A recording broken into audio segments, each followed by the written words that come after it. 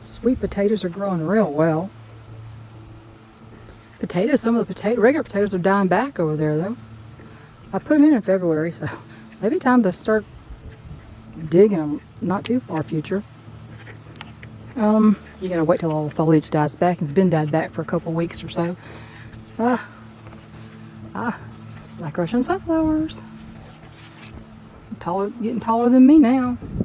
Some of them. Cool. And, oh gosh, the elderberries. Lordy. I'm going to have so much elderberry syrup. That's going to be a good thing. That stuff is great. Oh. Vulture, looks like. Yep. Oh, look over here what we got. We got some pie filling waiting to happen with some blackberries. There's a lot of blackberries just on this one thing here, this one section. Pretty good, huh? Where's that thing at? Can't even see him. Where'd you go? Where'd you go? Where are you? There you are. Oh, yeah. Oh good, sun went out. Whew. It was a little bright. Wow. Yeah, I think we're gonna move those elderberries. Yeah, we gonna have to. Oh my. It's crazy. Hey, we got another chick flick today. They're almost 10 weeks old now. Can you believe that? These little monsters. Oh, I got this handheld thing. I'm gonna sit in a chair here. Whew, tired. Last night we had the most hellacious thunderstorm.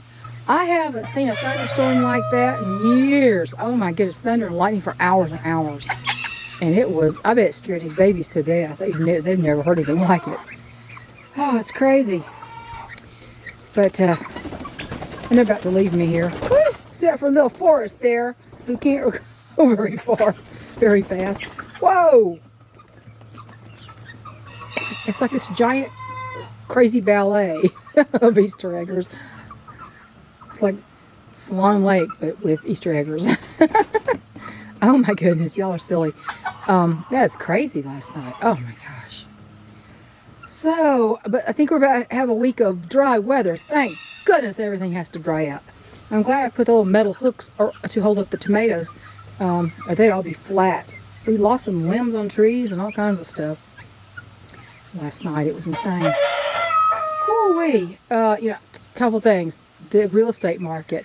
I've heard so many people talk about, well, I had to offer $20,000 over asking to get my property, or, and the most I heard lately is, we got $36,000 more than our asking price.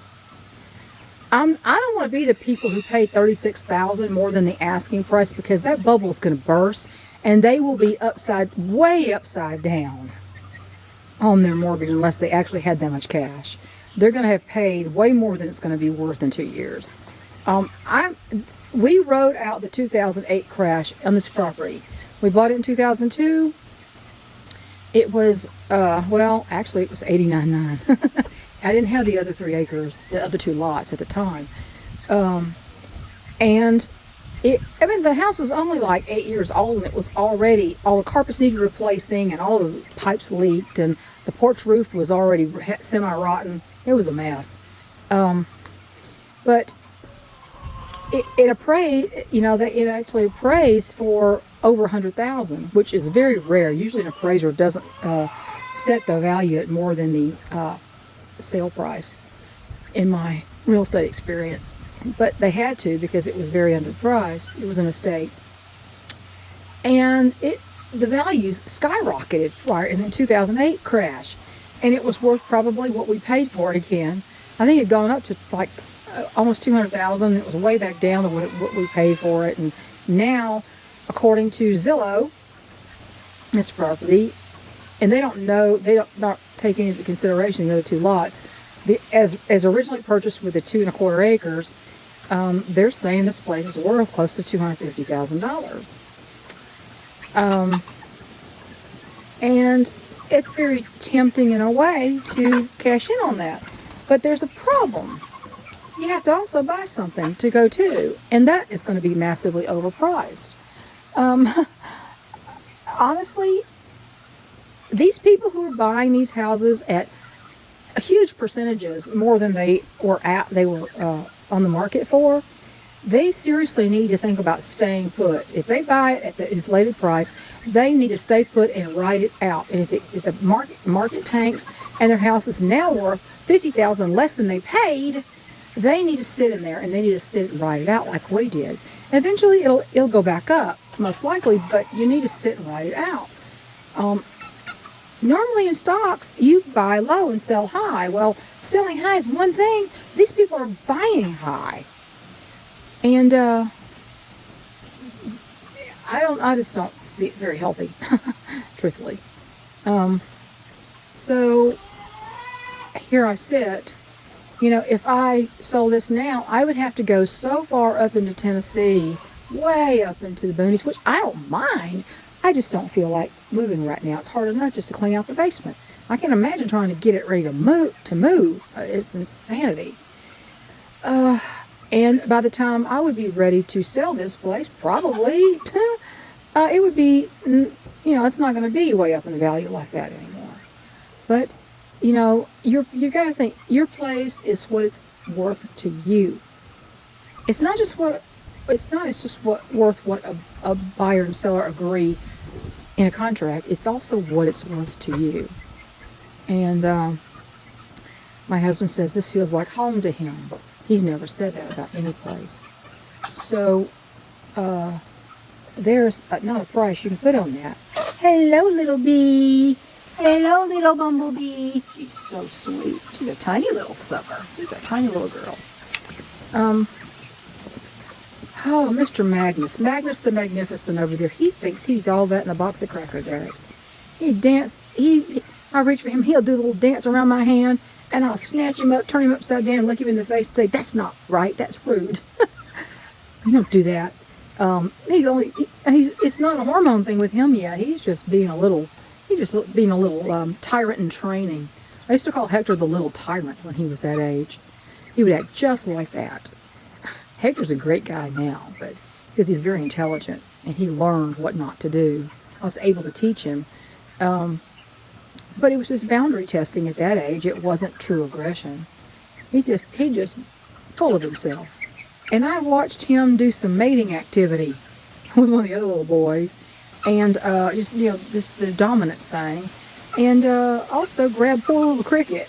She's screaming her head off. But that's normal. That's normal behavior. Silly chick behavior. But I think it's going to be interesting to see if any of these boys turn aggressive when their hormones really do start flowing. Something else, all these hacking incidents. We had the Colonial Pipeline, then we have JBS Meatpacking, and then we have AT&T going out in the Washington area, and this and that, and then there's the Taiwan McDonald's was hacked. Crazy. Puerto Rico, the power grid, fire, and it was on fire and it was hacked. You don't think these are practice runs? These are practice runs. I think they're practice runs, in my opinion, for what is actually coming. Either see if I can get closer to them guys down there. They've left me. Y'all getting scared now? You getting scared now? What happened? Did something try to get you? Boy, that Layla, she's so much like my Gypsy, at least in looks. And interesting, I looked at the bottom of her feet, and for a minute, I thought she had white skin. It's hard to tell. There's the vaguest of yellow tinges to her skin. She may have a lot of true Americana in her. I can't wait to see what color eggs she lays, but she's so much like my Gypsy. It's crazy. Oh, I miss Gypsy so much. She was my heart, that hen. I love that girl. She lived to 11 and a half, which is a respectable age, and she didn't die of anything but old age. But I wish she'd lived longer. I would love to have Gypsy for 20 years, honestly. I swear to God, I think I'd have put her in a birdcage in the house and kept her in there if she was the last one left. But And I just love, there's certain birds that, I mean, I love all my birds, but there's certain ones that are just really special, and Gypsy was really special. My barred white rooster Zane was really special. There's some just really special birds. But boy, this little girl, she's just a spitting image of a young Gypsy. You don't see Easter eggers who are solid colored like that, and with slate legs no less. I don't know, she may have been true Americana, and she may be a cross here between Easter egg and true Americana, but she's got a very good coloring. It's interesting. Oh my goodness, you guys, you're silly. What are we doing? What are we doing, Cricket? What are we doing, sweet Cricket? Huh? You're so precious. You're such a sweet little thing. My husband is really loving these birds. That was another thing. He kind of quit having a lot of joy in the birds when they got to be past our original flock. And 3 years in, they weren't, the special ones. And he's liking these because he really loved our lavender bantam coach and shadow. He'd stick her in his coat on cold days. She was so funny. She was very vocal, and she'd go and he'd say shadow, and she'd get louder. And that's the way I could find her. So if I couldn't locate her, I'd say shadow, and I'd hear and then I'd say shadow, and she'd get louder and I just followed the sound until I found her. That's the way I could find her. They're funny. They're so funny. But y'all, the power grid thing. Let me turn around here. They've left me. The power grid, y'all. If all this is practice, the real deal's coming. So just think. What happens if your electricity's out? Even for 2 weeks, what happens?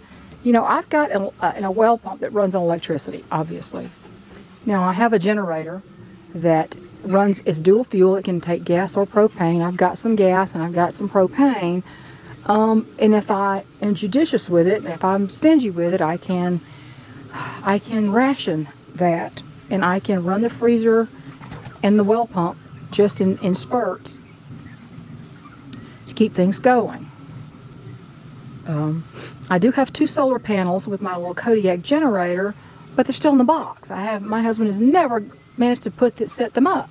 But I mean, we've got the cables, and we've got the solar panels, and we've got a little generator, and if I could get a battery to put in sequence with them, and I could put the solar panels out, I would have that. What you should do is not have all your eggs in one basket. You know what I'm saying? Y'all are silly. Is that a dragonfly or a bee over there? I couldn't tell through the fence and the glare. But think about what will you do. Now, I've got a consideration in my barn. My Brahmas are very, very heat sensitive. They pant when it's 75 degrees. So what happens if there's no fans to move air through the barn? I've got 5 windows, and I've got a front door, and I have a roll-up door during the day, but I have to close it at night. So what happens if there's no fans and no electricity at all? I'm going to have to figure something out. I have a screen door on the barn, but the top of it has, you see that green fencing, just kind of as a barrier. So because the screen door doesn't go all the way to the top. So I'd have to put a solid thing up there so that I can close the screen door maybe and keep the screen door open after dark to let the barn cool down. I could do that. I mean, we've got some material we can do that with. What are y'all watching over there? What are you looking at over there, huh? Y'all are so funny. This place is a wreck. I hate it when it's wet because you can't do anything to straighten anything up. It just looks a mess. What do you see up there, guys? What's up there? Huh? What's up there, Raina? What's up there, Scarlet? I still got to work on taming down Shelby. She looks like Scarlet, but she doesn't have red on her neck. And she's, was that Shelby or Scarlet right there? That's the only difference in them, really, except for Shelby is very chunky. I think that might be Shelby. I don't see that. That's Shelby right there. Phew, the splash one. Oh my goodness. She's so skittish. We got to work on taming her down. That's one thing about my true Americanas. They were always super friendly. Oh my goodness. These Easter eggers, these hatchery Easter eggers, are going to take a little bit more effort to tame down. Yeah, that's Shelby and Juliet. And Raina and Layla. And Ripley, the one that was actually very friendly at the beginning when she was in the brooder, she's kind of standoffish too, so I have to work on her. They just don't want to be. And I find that for you people who don't know chickens, a lot of times the ones that are kind of standoffish when they're younger, when they get to be egg laying age, when their hormones start to kick in, some of the girls, they start to get friendlier. I've had that happen quite a bit. But anyway, think about that. Think about, what is it? Oh my goodness. Gunner is my little alarm. He's the alarm for the group, and he has quite the little scream. He's always the one that screeches if there's something he thinks is wrong. He's the main lookout and the main alarm. Oh my goodness, got quite the little scream. You know, that's why I like that's why I got little Bantam coaching males, because my little Xander, he was the same way. He was very alert. He was always the one that let out the alarm, and he had a really good crow when he was grown. It was really deep for a little guy. You know, that's really what roosters do for the most part. You know, their heads are to the skies looking up while the girls' heads are down eating. And they're always on alert. And, you know, the people kind of expect roosters to fight a predator. Well, they may try. Doesn't mean they're going to win. Oh, here we go. Oh, well, Bodie backed down Magnus. That's interesting. I love to watch the dynamics take shape. And sometimes you'll think one's going to be on top and it ends up being somebody else. Well, Cricket, what are you doing, Miss Cricket? You're so precious, my goodness. Come here, Cricket. Come here, Cricket. Come here. Oh, come here, Cricket. Oh. Say hello, Cricket. Say how pretty you are. Say hello to everybody. You are so precious. God love you. She does really well. She doesn't have that much of a problem with her legs. She can run really fast. Hi, Magnus. And Magnus is getting his little shiny saddle feathers right here. He's getting his shiny saddle feathers. You can see the shiny feathers coming in the middle of his back. Oh, he's getting his saddle feathers. Oh, he's a handsome little hunka-chunka rooster. There you are. You're a hunka-chunka rooster. But, yeah, our water barrel over there, I got the hose there because the hose leaks. And it might as well drip into the water container, right? But, that barrel is about, well, it's got the framework. It's got several sections, and it's almost up to the top section. The last section before it gets to the very top. We emptied the one that was behind the house because we had to move it. You can't move it with water in it. And we put a hose from that one to this one, and we filled this one up, which was only like half full. And then what we did was we let it, that was treated water, and we let the rainwater pour in, so the whole thing is actually treated, and it has a spigot on it. Or I don't think, well, this doesn't have a spigot on it yet, but my husband has one to put on it like it has on the other one.